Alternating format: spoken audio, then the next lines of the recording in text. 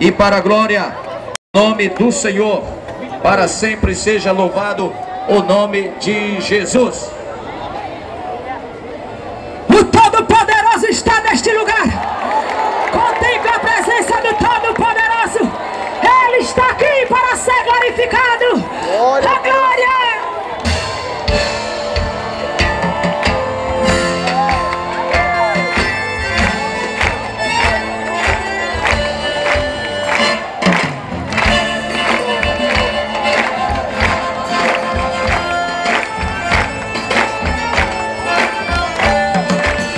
Sou o Todo-Poderoso que abre o caminho para o meu povo passar. Eu sou o quarto homem que Nabucodonosor pode contemplar.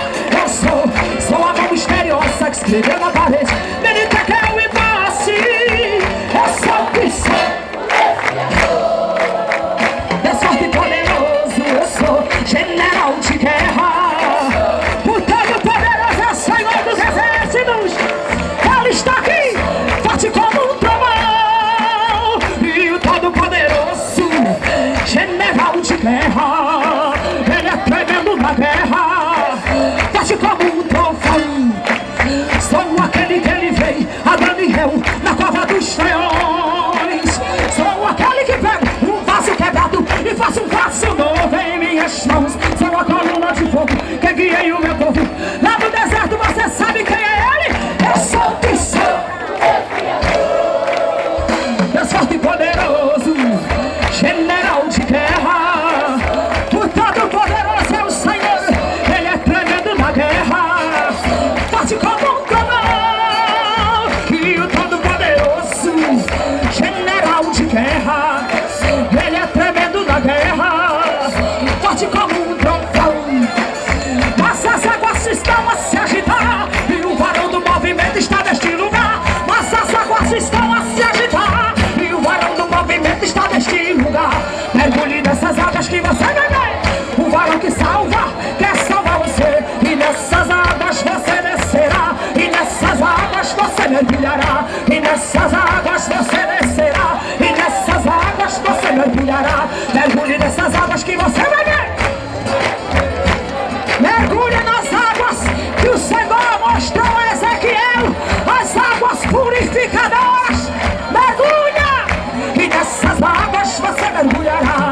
A ordem é pra marchar.